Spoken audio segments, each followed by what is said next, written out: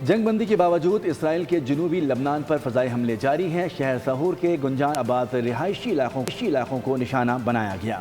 حملے میں 8 افراد شہید جبکہ درجنوں زخمی ہوئے۔